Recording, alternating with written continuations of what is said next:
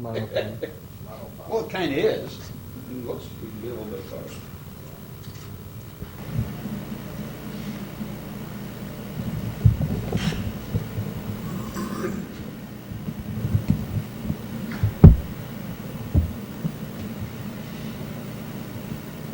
And you still working down here at the 911 center? Subject. Yes, he is.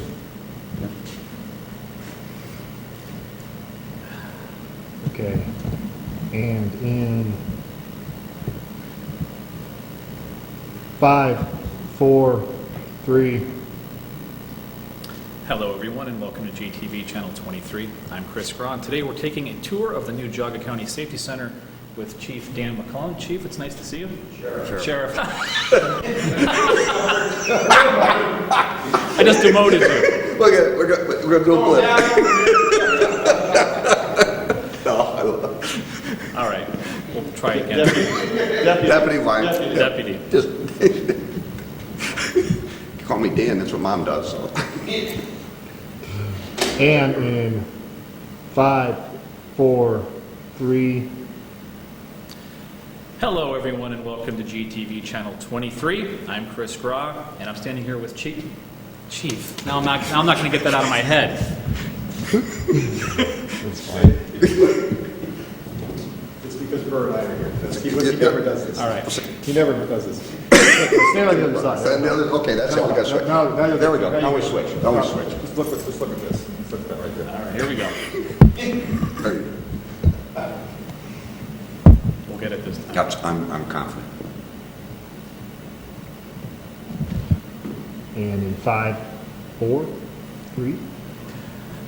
Hello, everyone, and welcome to GTV Channel 23. I'm Chris Graw, and today we're taking a tour of the new Geauga County Safety Center, and I'm standing here with Geauga County Sheriff Dan McClellan. Dan, it's nice to see you. It's always a pleasure. Thank you for coming today. This is quite a facility. We have a lot to cover.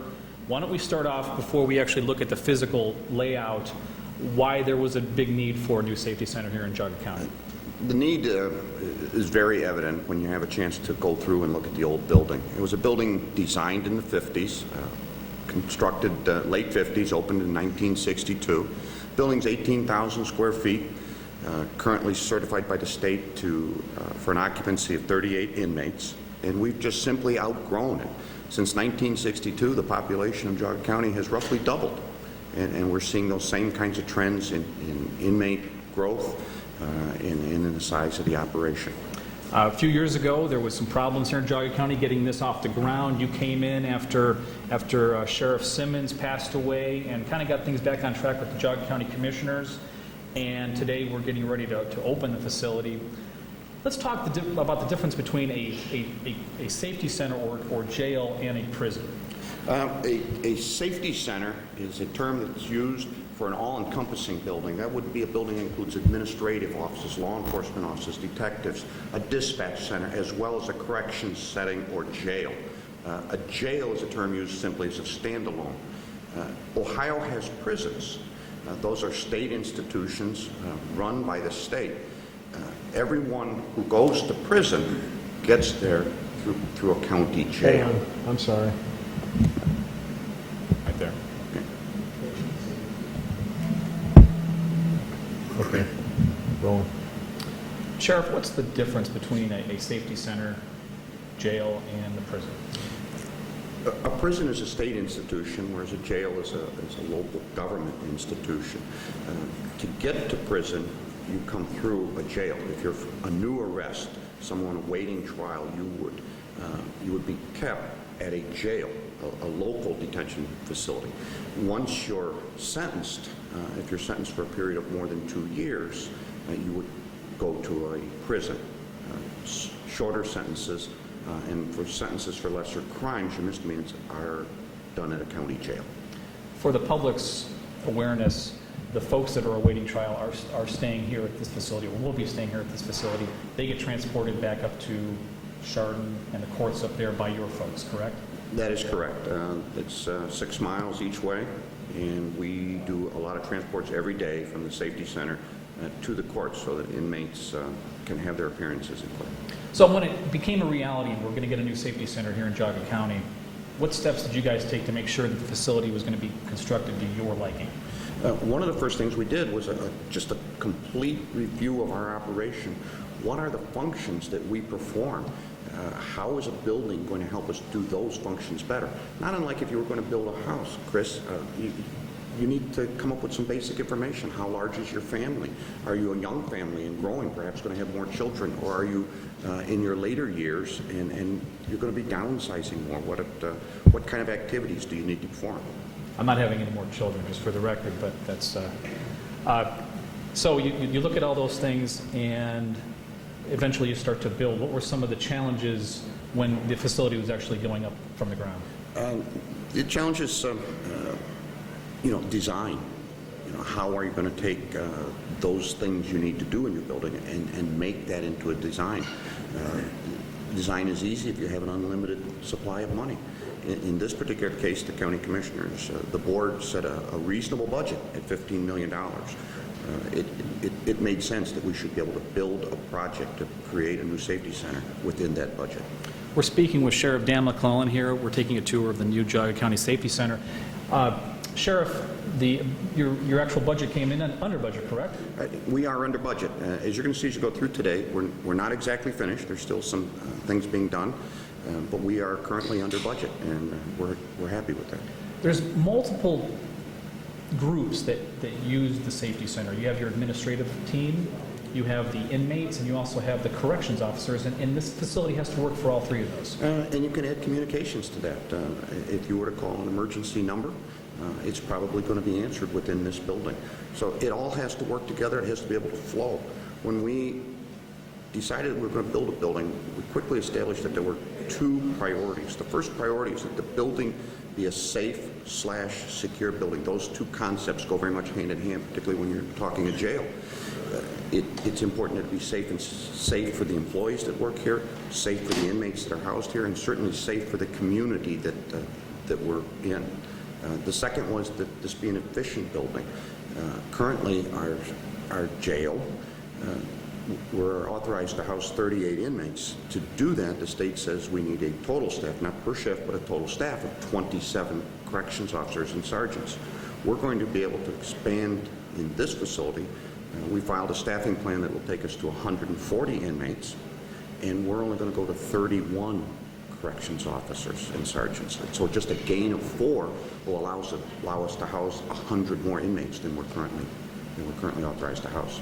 I'll bet your team is really anxious to get on board here and to start working out of this facility. We're very excited.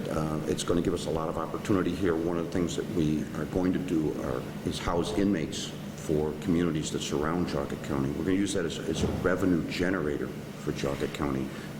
Instead of a jail being just a liability, something that costs a community to run, we're going to use the Geauga County Jail to bring money back. That's great. That's what we'd like to hear. We're going to start describing some of the physical features here, but while we have a chance to be on camera here, give us the responsibilities of the Sheriff's Office to Geauga County and do it as briefly as you can. I know there's a lot, but while people are watching before we take the tour, you can state that. Sure. The Sheriff's Office is broken down into several components, and they're all designed to take care of our responsibilities. Certainly the jail, and we're going to see a lot about that. The sheriff is charged with operating the county jail, and that's maintaining a safe, secure facility. We're charged with court security and court services. We have deputies who are assigned to ensure that the courthouses stay safe, that there's no problems up there. We also serve the papers of the courts, the subpoenas, the writs, the different documents, the warrants, the arrest warrants, and others that come out of the courts. We do that. We do the foreclosures and those activities as a result of court orders. We have a very active law enforcement component in Geauga County. There are 16 townships total in Geauga County. 11 townships rely solely on the Geauga County Sheriff's Office for their law enforcement needs. 2 additional townships, we share that with part-time police departments. I think many people don't know that, but you guys are responsible for a lot of law enforcement in addition to the jail and everything else. We expect in 2005 that we will respond to 37,000 calls. Deputies' response will be 37,000 calls. You guys do a good job. Okay, now, since we're here for a tour, let's start doing that, right? Real good. So we're in an initial entryway here. Describe what we're looking at. This will be the public lobby. So if a person's coming into our safety center, this is the first place they're going to come to. They would come in through the doors that you came into earlier, and this is what they're going to see. You're going to have a variety of things here that we don't have already in our current facility.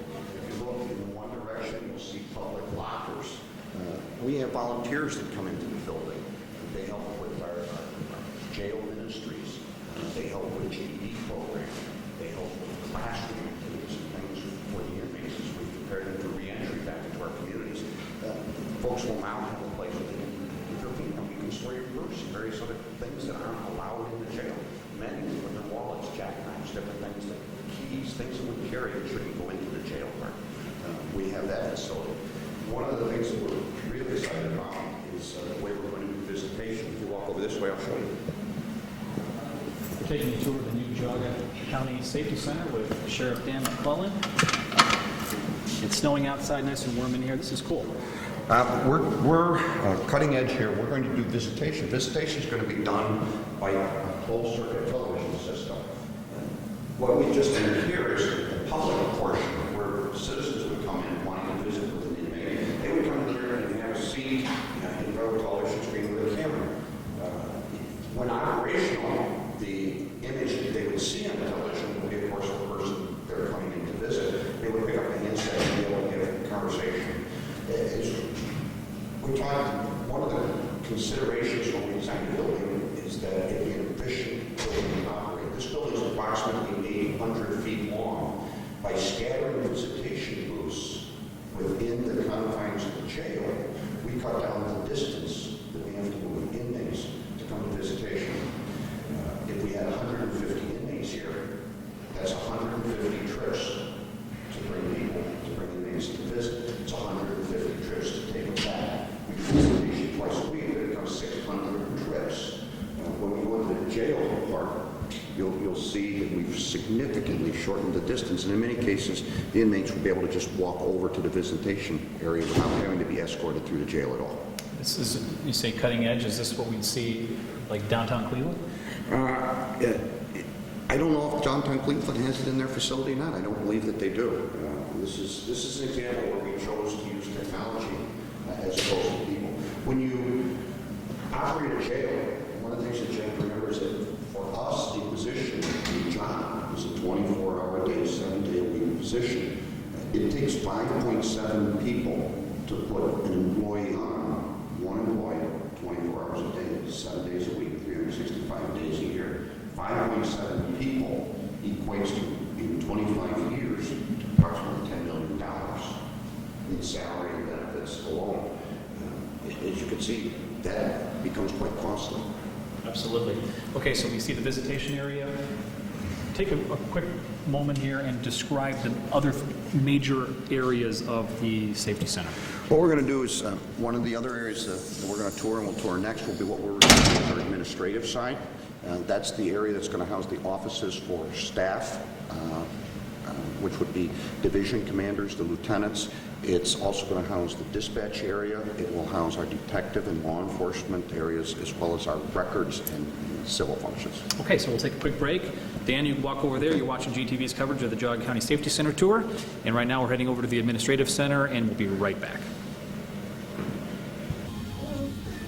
Okay, Dan, we're now over here at the administrative area.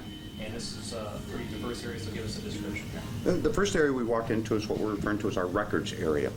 We generate a lot of records. Records from our jail, records from the calls we respond to, records from people who called in looking for traffic safety, rescue missions, all kept in this area. There's an old adage that says for every hour a law enforcement officer works, they generate 8 pages of paperwork. You can see that just creates volumes of paperwork. So if the citizen were to come in and need a copy of an accident or a copy of another incident report, this is the area that they would come to. These are the folks that help clear that document.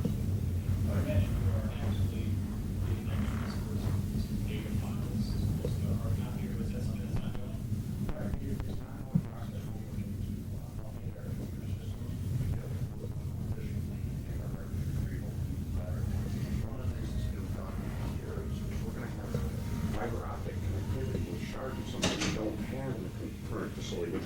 us to move documents, to move data to the prosecutor's office, to the courts, to the various entities that we share information with, much more efficiently than printing a copy and driving it up to Chardon. That word efficient keeps coming up, doesn't it? It's very important. I think one of the things that we need to realize is that we shouldn't always, as our needs grow and our activity levels increase, that always sending more people to do the job is probably not the best way to do it, that we can use technology to make our current workforce much more efficient and get the increase in work done. Most of us have moved at one point in our life. We know the headaches involved with moving from one house to another. How did you guys pull this off in an efficient manner, and what kind of plan did you put in place? We worked this plan for quite some time. Well, one of the things that you'll start to see here is we're starting to move files over here. These are files that are not used daily. These are files that we refer to as archive files. And we're starting to put them already into record storage areas. So we're beginning the transition now. Certainly the more complicated things will be when we move our dispatch center, because we can't stop answering phone calls. So we'll double up. We'll operate the old center, as we come over to the new center, and they'll begin the transition, and it'll be seamless to the public. Excellent. What are we looking at back here, Dan? The area that you're looking back here is going to be record storage. What we've gone here is to rolling bins. They're crank bins, and it will help us optimize the amount of files, the amount of records that we can keep in a physical area. That's impressive. I had no idea there was that much paperwork to be housed. Okay, so administration continues down this long hallway here, and I see a row of offices.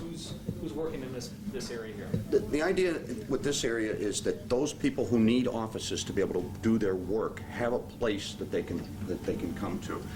Certainly the office for the sheriff is down this road. With my chief deputy, I have 5 persons, lieutenants, who are in charge of various work areas within the sheriff's office. We have an employee who is responsible for our grants. We do a lot of grants.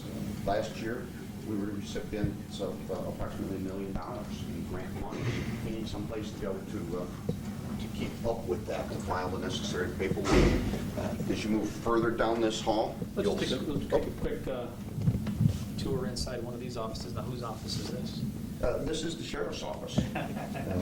When you come into the sheriff's office, one of the things I wanted in here, I certainly needed a desk area so I could do my work. But it was important that I felt it important to have a table. I like sitting with folks, not necessarily across from folks, across the desk. So I'll have a work area, and it allows me to get the administrative things that I need to do as sheriff done, and I'll certainly have an area when people want to come see me. And that's the point that people should know, is that you are accessible as the county sheriff. If someone has a concern or a question, you're the guy to come to. Yeah, I would hope so. I work very hard to do that. This is where I live, and I need feedback. I need information from folks, keeping me apprised of what's going on, their questions, their concerns. Very important. Very good. So we've seen an office. I would assume other offices are similar with sort of the same desks and things like that. Yeah, I think one of the things that I'd like to point out too is that as you go through here and as you tour the building, you're not going to see oak trim and walnut paneling. You're going to see a structure that's concrete and steel. We wanted to create a building that's formidable, that can withstand weather. It needs to function no matter what's going on outside, whether it's a snowstorm or other weather related. So you're going to see a building that's constructed perhaps not unlike some of our school buildings. You're describing it in good fashion. I see people running in here, and it is snowing today. We are taping this on December 2nd. And we got, what did we get last night, Dan? About 8 inches of snow around the area? Yeah, some parts of the area got 8 inches, some got a little bit less. Some of the southern parts of the county picked up a couple last night, and the northern part, when you get up in the snow belt, Chardon, certainly got some more. We have more snow predicted for the rest of the day and through till tomorrow. So Well, we're glad that you could still spend some time with us. You weren't too busy out on the road, and we'll continue our walk down here with Chief Dan McClellan, or Sheriff Dan McClellan, Yeah, we can, and 5, 4. okay, Sheriff, let's walk down, and I understand that we have some activity down in the roll call training room down here at the new safety center. it's a tongue twister, but you get it good. Yes, we're going down to the roll call training room.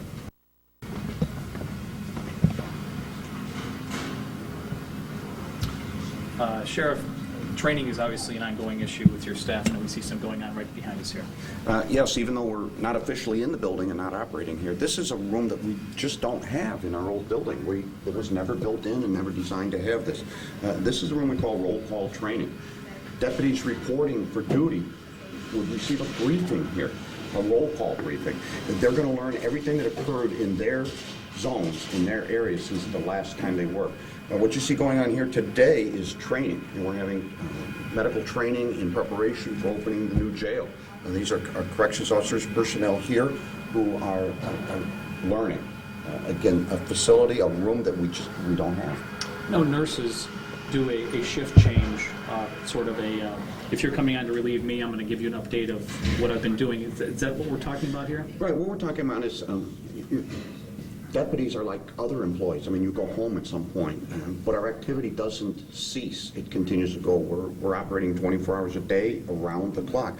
So that time when you're off duty, when you go home, things have occurred. As you're coming in, you're going to want to know what crimes have taken place, what is going on in the zone that you're going to work, so that you can adjust your patrol activities to that.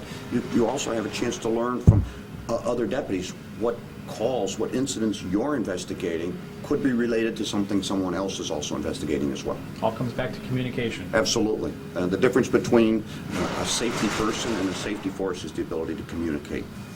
Well done. So we'll let them get back to their training, and moving down the hallway, what else do we see? We have more offices. The one room you're going to look at here, we talked about our computer server room.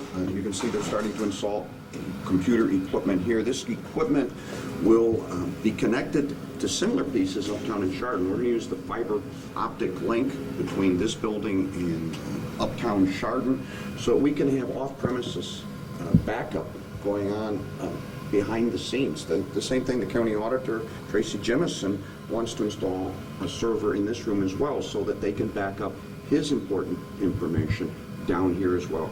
So. I can't believe the size of everything in here. We've been in the old safety center, and most of that would fit in this hallway alone, so this is great. It is a lot different. The old building is approximately 18,000 square feet. The new building we're standing in today is 75,000 square feet. So we do have room to spread out and get the things done we need to do. What's the plan for the old facility after all the transition's done? I've had conversations with our county commissioners. My understanding is that they are in dialogue with the Jaga Hospital, who's expressed some interest in the property. It's early to tell exactly what's going to happen there, but it's possible it could be sold. There's a plan in place. Okay, moving down the hallway on our tour of the new Jaga County Safety Center here with Sheriff Dan McCullen. Once again, thanks for taking time out of your day, as I know that this has been a busy time. Thank you. The next area we'd like to step into is going to be the new dispatch center, and we'll walk through here.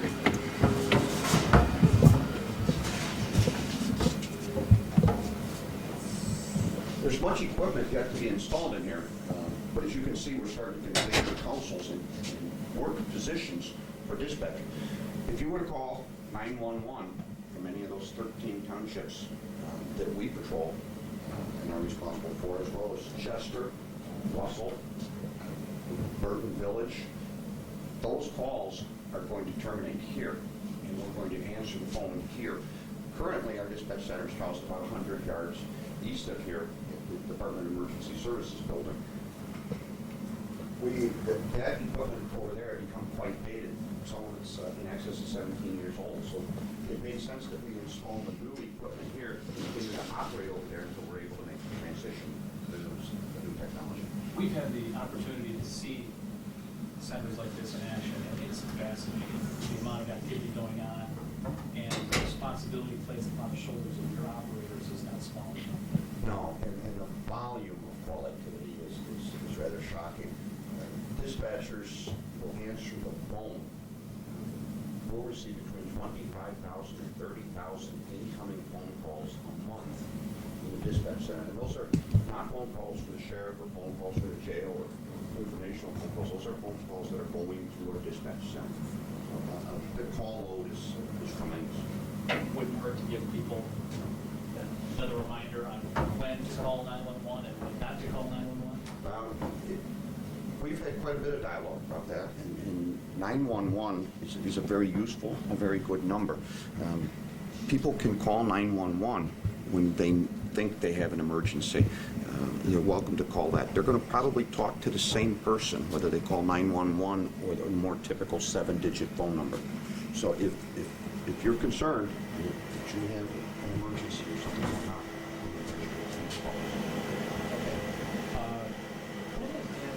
What date are we looking at being fully operational in this facility? we're hoping to be operational in 7 or 8 weeks. You can see when we're walking through this, certainly a lot of things that need to be done.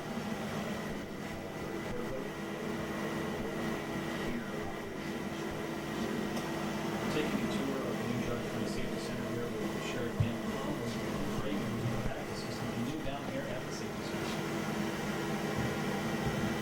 They're heavy.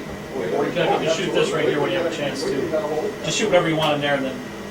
So we have smoke detectors, alarms, etc. The idea is that 20 years from now, they gotta redo this. This technology's changed, needs changed. Now they the idea is to do it on the floor, come up with a concept.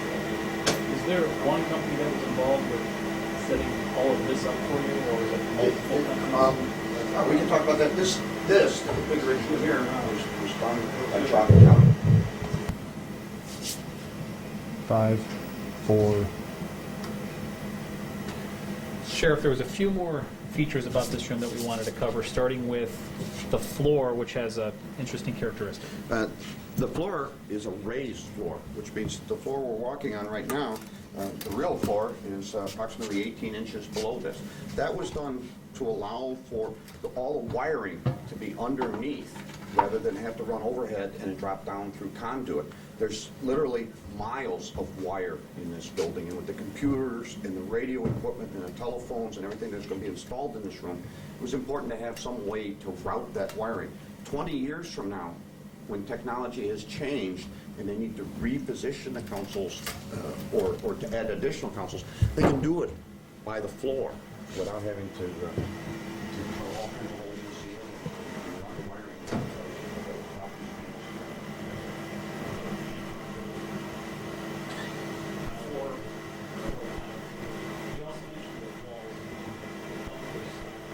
This room is an interior of the administrative wing. It's a bunker in the walls go all the way to the roof. They don't just stop at the ceiling here. These are concrete steel walls that go completely to the roof. The idea is that there were to be a fire or incident in another part of the jail. This nerve center, the dispatch area, could continue to operate and direct the response of various units that need to come here. If there were to be a weather storm, perhaps even a tornado come through the area, this operation in this room here could survive. It has its own heating and ventilation system, so that again, if there were to be a fire or smoke in another part of the building, it won't be drawn in here and force evacuation. We can't shut this down. You brought attention to the fact that this is a smaller facility than the one that's being pulled into it because the technology is being reduced. Technology is increased, which gives you a smaller area to work from. Right. Technology is actually being increased, but the size of the components are shrinking, and we're able to put more things in a smaller area. Our current dispatch facility, which is a larger square footage, a bigger room, only has 4 consoles. This one, as you can see, we're installing 5 now, and we have room for a 6th and a 7th one. Even with the size of the components today, 20, 30, 40 years from now, we expect to be much smaller. How do you staff this area? What would be the typical number of team members working on a day shift? Typically on a day shift, we'll run 4 to 5 dispatchers will be operating out of here. Sometimes in the evenings, at 3 o'clock in the morning, might be a number somewhat smaller than that. We schedule according to workloads. Time of the year have an influence on that as well? Time of the year can have influence on it, and we have the ability to call people in. What you might forecast to be a slow time could be terribly busy if you had a major fire or something like that that would occur. Today, for example, if the dispatch center to call on because of the weather, because of the number of traffic-related incidents, is going to increase significantly. This will be one of those months when we do 30,000 calls as opposed to the 25,000 calls. Okay, so we've seen everything in here. We've seen quite a bit down here at the Safety Center, but we've yet to see where the inmates are actually held, so why don't we go do that now? Let's go. Thank These are racks. 4. Sheriff, we've made our way back here to where we can start talking about how the inmates are handled. And right now, just off the main lobby to the new safety center, we are in what you are calling the safe room. Yes, this room here serves a couple of purposes. One of them, importantly, is a safe room. We occasionally have victims who come running quickly to the safety center because they're being chased. They're fearful someone's after them. A wife whose husband's after her, or sometimes even the other way around. And they can come here, we can open this door and they can come in here and be safe in here as a secured room until the deputies can arrive and he'll take care of them. This room also serves for female work release. We're about ready to enter the female block. Many times, low-risk offenders are allowed to leave the jail setting so they can hold down their job, so they don't lose their employment. Those persons would leave at 7 o'clock in the morning and would return back perhaps 5, 6 o'clock, whatever time the court has set. And they would be brought into this room where they'd be greeted by a corrections officer. From there, the corrections officer would take them into the room behind us where they'll change out of their street clothes into appropriate jail uniforms. And then this door would be open and we will move through this door into the housing units. Okay, let's do that right now then. Okay. Moving into the female block here. And wow, what a difference of what you had over at the old facility.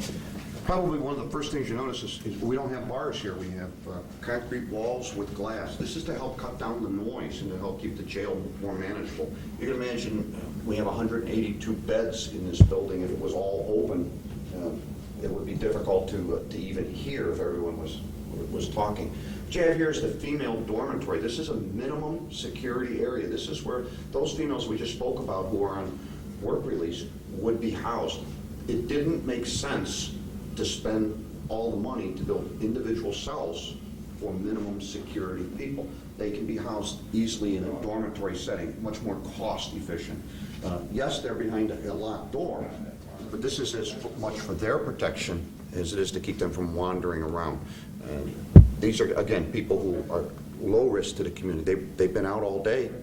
They've returned back on their own. This open style makes it easier for your corrections officers to maintain awareness of what's going on. Sure, I mean, we can walk by and we can obviously see everything that's going on, but most importantly, it was a cost savings. Very good. And moving down here, another block over here, same situation. This situation is differently. These are individual housing units. What we have is a mezzanine, a second story area with cells. We can walk into this one. Taking a tour of the new Geauga County Safety Center with Sheriff Van McClellan. Go ahead, Jeff. What we've just walked into is what we refer to as the day area. The individual housing units are located over there. If we walk over this, I'll show you one.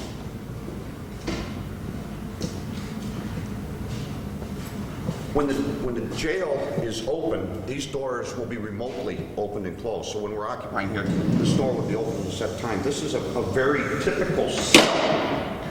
As you can see, It's not the Marriott thing. no, it's not, but it is a safe and secure environment. We're actually probably the only hotel that doesn't mind it when our customers care not to come back. What schedule do inmates keep down here? Let's not talk about the work releases. I think we have a sense for them. They may get out and come back. But for the inmate that's here for a few months, what kind of schedule do they keep? They're usually, we wake them up approximately 6 o'clock. That time will be set based on the daily activities. The inmates are awakened.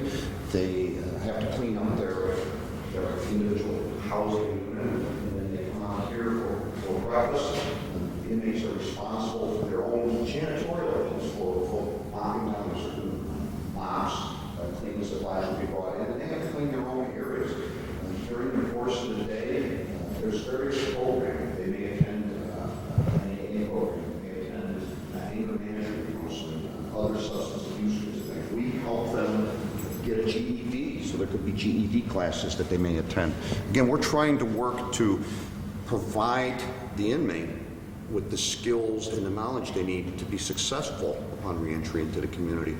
rather than they just suddenly the doors open and they're thrust back out with only the same skills and knowledge that they had when they came in.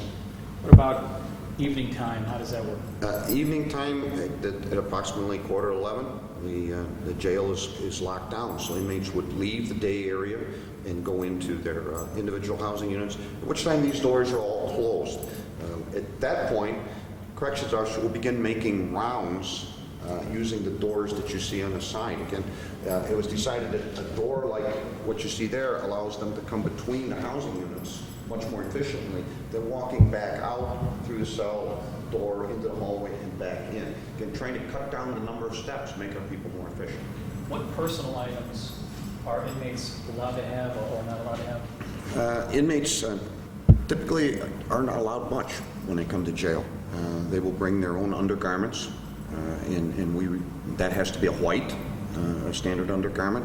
The uniform is supplied. Writing utensils are supplied. They may be allowed certain classroom-type materials for studying for the GED and things like that, but normally there is not a lot of items that they can be brought in. Bathing facilities for the inmates? How does that work? We have an example of one right over here, and this is a shower. There'll be a curtain that'll be available here, but this is a shower area, and again, this is communal living. Other than your nighttime, you're in your own housing unit, but this is again a typical cell block area. All right, I imagine we have typical cell blocks for the men as well, similar to what we're looking at. We do, and what you're going to see a variety of these units as opposed to one giant cell block area. We have to segregate people. We spoke a few minutes ago about keeping males separate from females, but we also have to keep different types of offenders separated. An example would be if you were to take someone who's accused of a crime against children and house them with inmates who might be parents. I mean, I think you could see where that would create a lot of difficulty. Some inmates will frankly get along better with others than some of the other inmates, and the violent ones we have to keep separated from the non-violent ones. So we have a variety of housing units that allow us to segregate inmates. One of the things that we are seeing more and more, although we don't have a notable gang presence in Geauga County, doesn't mean that we don't see that in people who come from Cuyahoga County or Trumbull County, the city of Warren, different other places. If you were to lock a member of the Crip and the Blood together, those two gangs, you would have nothing but, they're liable to kill each other. Let's hope we don't have a big event anytime soon, right? You have to make that distinction within an hour or so of processing an inmate. When we get over to the booking and reception area, you'll see that's where we gather a lot of information about the inmate. That's another major difference between a prison and a jail. When you come to a jail, we don't have that information on you, and we have to acquire it to be able to classify you. If a person were sentenced to go to a prison, that history has already been compiled and would go along with that inmate to the institution. So they're going to get a lot more knowledge about an individual than perhaps a county jail gets upon reception. Would it make sense now to go see where an inmate's processed into the safety center? We can go do that. Okay. Let's go. You're watching GTV's coverage, our tour of the new Geauga County Safety Center here with Sheriff Dan McCullough.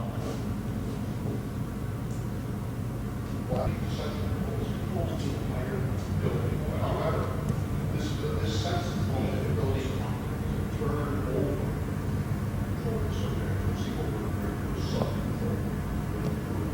We're going to go booking, we do that lounge, the mail area. We'll walk away.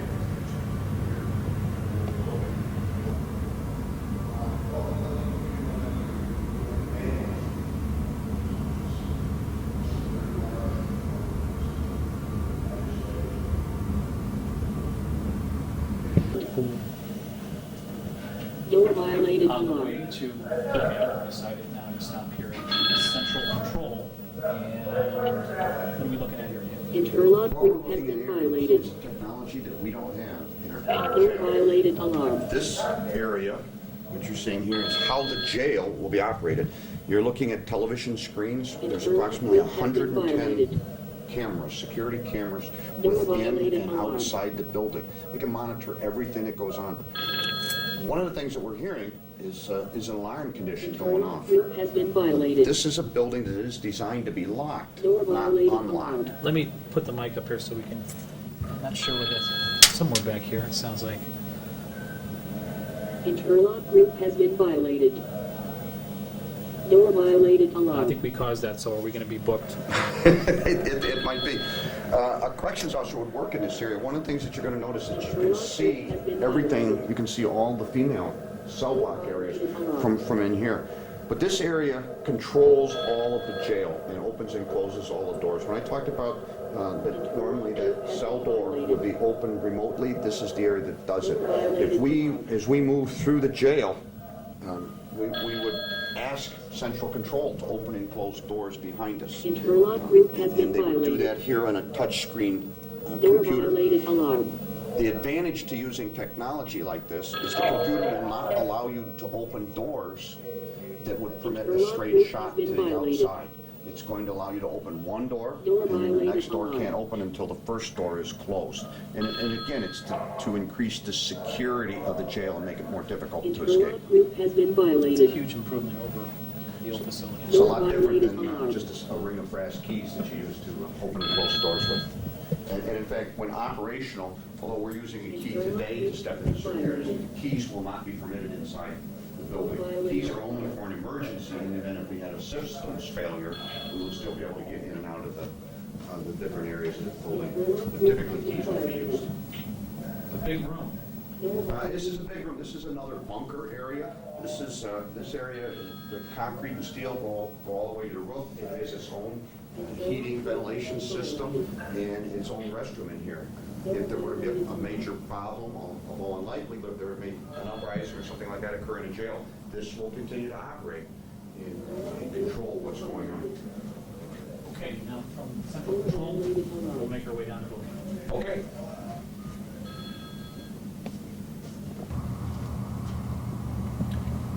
Sheriff, the first step in getting someone in booking would be to actually get them in the building, and we're looking at your Sally Port. That's exactly right. We serve, the jail serves not only for the deputies who would bring someone to jail, but Ohio State Patrol, the various other police departments in the county, Middlefield, Chardon, Chester, Bainbridge, Russell, South Russell. Those entities will also bring their prisoners here.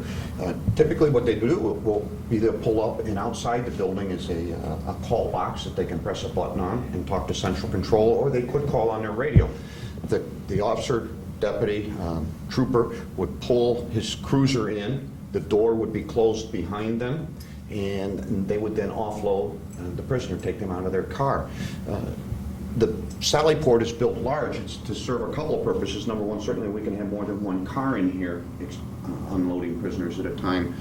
But if we needed to bring an ambulance, if we had an inmate that were to be ill or injured, we would bring the ambulance into the Sally Port so that we maintain security in the jail. Oftentimes, injury or illness is faked as part of an escape attempt to help to make you breach your security systems to bring the squad in. The transportation of people that have been accused or you've gone out and picked up, it's huge, and it varies from person to person, doesn't it? Yes, the person typically would be picked up, arrested, would be brought to the safety center. Now, you could be picked up on a traffic stop. You could be picked up because of a role in a crime and you're arrested. You can also be arrested as a warrant. We pick people up all over the United States. We have to travel and serve our courts warrants. And again, this would be the reception area for all those persons, no matter how you got here. Okay, so then they come in through and they're being accompanied by deputy or state highway patrolman? Right, and we brought into this area, this will be the first area. At this point, one of the first areas you go into would be this room here. This room is going to be our alcohol testing, and this is cool. There we go. Okay. Alcohol testing, there's some more equipment to yet be installed in here, but again, something very, very close. We have many agencies that will come down here and do the testing, and then they want to be able to leave with their prisoner. The next area we're going to see is actually an office area. This was set up, and again, we serve a lot of law enforcement in our county. So if someone's arrested and the patrolman, the trooper, or even deputy wants to make a phone call, he can do that here. If he wants to interview the person further, he could do that here. If there was a number of people perhaps waiting for the alcohol room, he could bring his person in here and begin writing the citations and things. Okay, and then making our way. We're coming into the booking area. What I'd like to point out in this area right here are two cells. These two cells right here are what we refer to as transfer cells. They're two cells. If the initial stop, the traffic stop, results in arrest of a couple of people, and we want to test both of them for alcohol, we can see here one here, while we test one and then exchange prisoners. If we arrest someone on a warrant for Trumbull County, the person would be brought here and be held in this cell pending the arrival of Trumbull County unit taken back to that county. These cells are also used for our court transports. We transport a lot of people, and typically on a Monday we can have 17, 18, 20 people that need to go to court.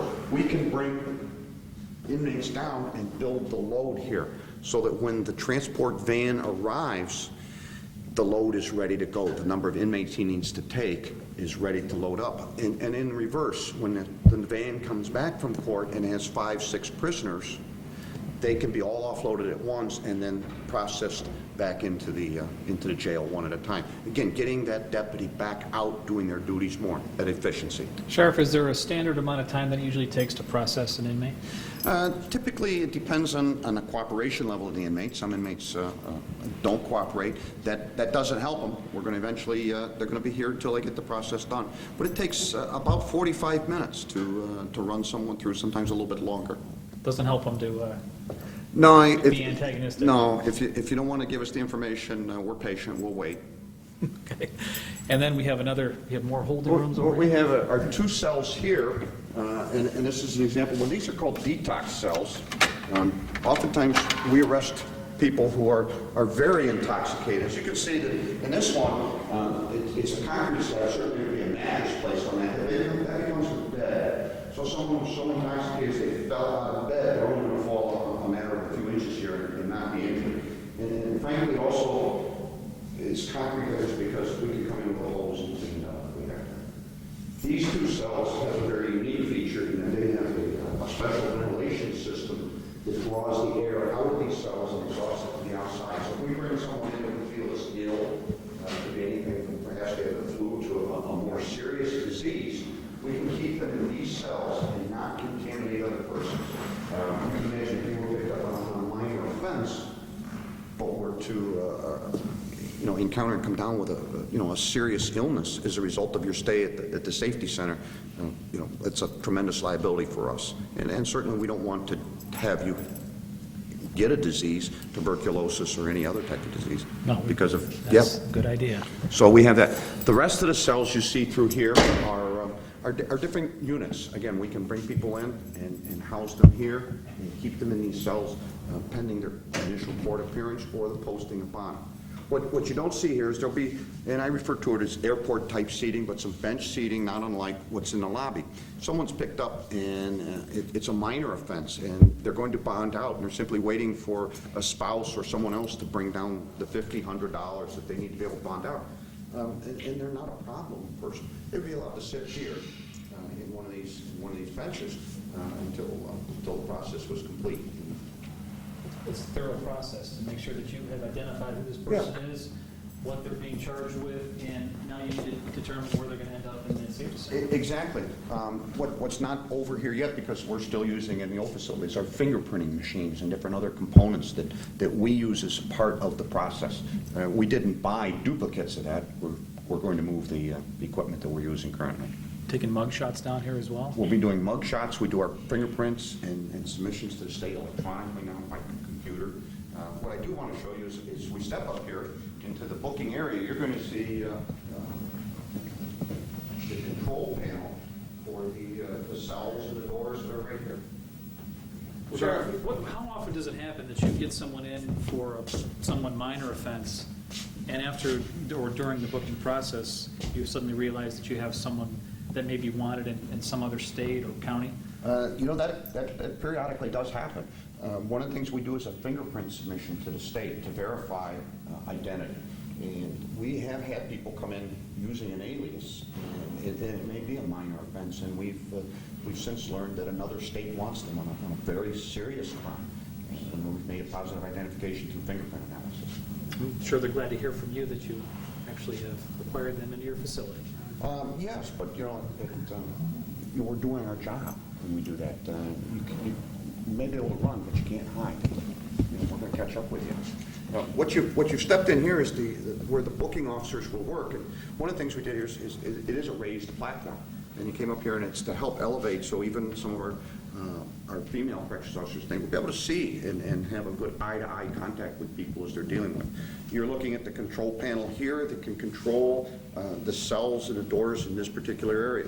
This panel is turned on and off by central control that we just visited. So if the booking officer needs to leave this area, perhaps to assist bringing someone in from the sally port or whatever, they can tell central control, and with a button, central control assumes the control back of this area, and this deputy can then move. How long does it take for one of your deputies to understand the process, understand the technology, and get proficient with processing an inmate?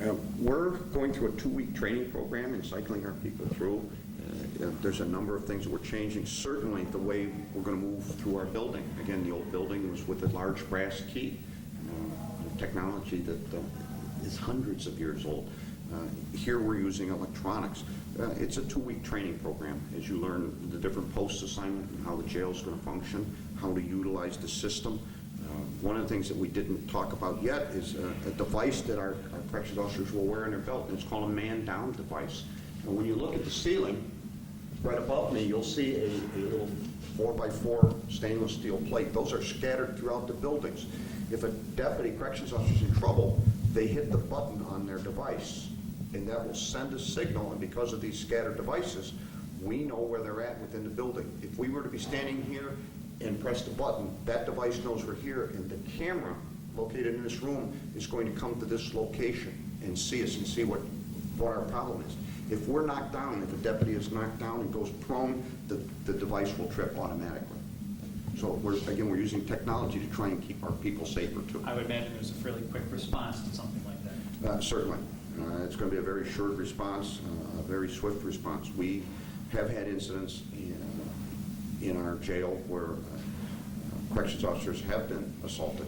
And in one particular case, an inmate fashioned a shiv and held one of our female corrections officers with the shiv at her throat. Not in the least. Response to that type of an incident is very swift and very short. You mentioned safety is a huge consideration, not only of the inmates, but of your workforce, making sure that you guys stay in charge of the inmates is of utmost importance. Well, our safety concerns span 3 groups of people. Certainly our employees, we're very concerned about their safety. We're concerned about the safety of the inmates. As we talked about, we have a wide variety of inmates that might be here. Could be from a very minor infraction to someone who's committed a far more serious crime. Our other concern is for the community, and we wanted to construct a building that not only will serve the needs as a jail, but will do it in a safe, secure method, so that our community that surrounds us need not be worried about it. Good. So we've covered booking, and from this location, you'll be transporting or escorting inmates to another place in the building. Right. Once they're committed to our custody and committed by a judge, had opportunity to post bond, we would then take them to another area. At this point, I'd like to take you and show you the male housing unit. We'll do that. We're enjoying a tour here of the Geauga County Corrections Facility Safety Center with Sheriff Dan McClellan, and our coverage continues here on GTV.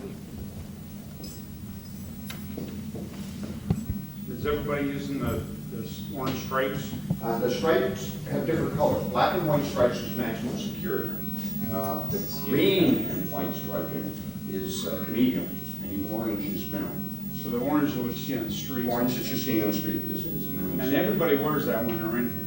There's no doubt about it. You're never in any street clothes here. You're an inmate, You're an inmate, you're going to be put. You got a Now, color. You could be, Here you- initial reception, you're going to be in which you. yeah, but then I'm gonna trade for, Right, you When won't you get close into it. that area unless you're in are uniform. they, And I mentioned that in your letter, of course, when you leave.